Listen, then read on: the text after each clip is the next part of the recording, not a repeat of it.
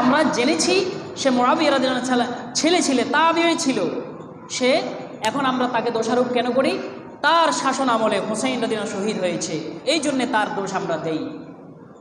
4 নম্বর যে প্রশ্ন জাগে যে ইসলামের পদ্ধতি কি, যে মুআবিয়া যে ইন্তেকালের সময় তার সন্তানকে যে খলিফা বানিয়ে গেছে, ইসলামকে এটা সমর্থন করে? এটার উত্তর হচ্ছে ইসলামের নির্বাচন ব্যবস্থা কেমন? ইসলামের নির্বাচনের কোনো নির্দিষ্ট কোনো পন্থা নাই। জনগণ এবং অবস্থা অনুযায়ী জনগণের জন্য যাহা কল্যাণকর, শরীয়তের সাথে সংঘাতপূর্ণ নয়, এমন যাহা অবস্থায় হবে, এমন যত সুরত আছে এগুলো ইসলাম সমর্থন করে।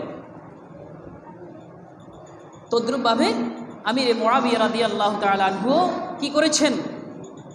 যেমন হযরত আবু বকর রাদিয়াল্লাহু তাআলা আনহুকে নির্বাচন করেছেন জনগণের মত অনুসারে, জনগণের মতের উপরে প্রাধান্য দিয়ে হযরত আবু বকর রাদিয়াল্লাহুকে নির্বাচন করা হয়েছে। হযরত উসমান রাদিয়াল্লাহুকে নির্বাচন করেছেন মুসলিম সমাজের নেতৃবর্গের পরামর্শক্রমে এবং জনগণের ভোটে।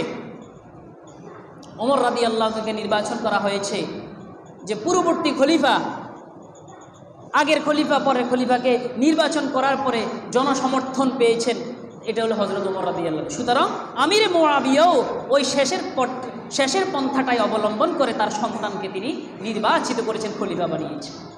কিন্তু ইয়াজিদের যে আমলে তার গভর্নর ওবায়দুল্লাহ ইবনে জিয়াদ তাকে হত্যা করেছেন, হত্যা করার পরে যখন এই লাশ নিয়ে গেল, মুন্ডুক নিয়ে গেল, তখন ওবায়দুল্লাহ ইবনে জিয়াদের চোখ থেকে পানি, তখন ইয়াজিদের চোখ থেকে পানি ঝরছিল এবং ওবায়দুল্লাহ ইবনে জিয়াদকে তিনি তিরস্কার করলেন যে তোমাকে তো আমি আল্লাহ রাসূলের দৌহিত্রকে আমি হুসাইনকে হত্যা করার জন্য বলি নাই, তোমাকে বলেছি আটকানোর জন্য, তাকে বাধা দেওয়ার জন্য, তুমি হত্যা করেছো কেন?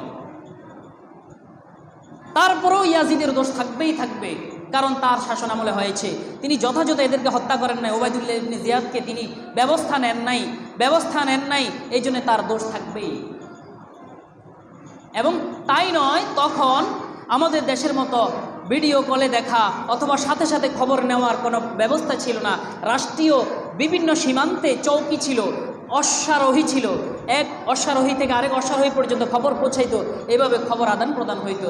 তখন সরাসরি ইয়াজিদ কি হচ্ছে, ওবায়দুল্লাহ ইবনে জিয়াদ কি করছে না করছে কোনো খবর নিতে পারে নাই।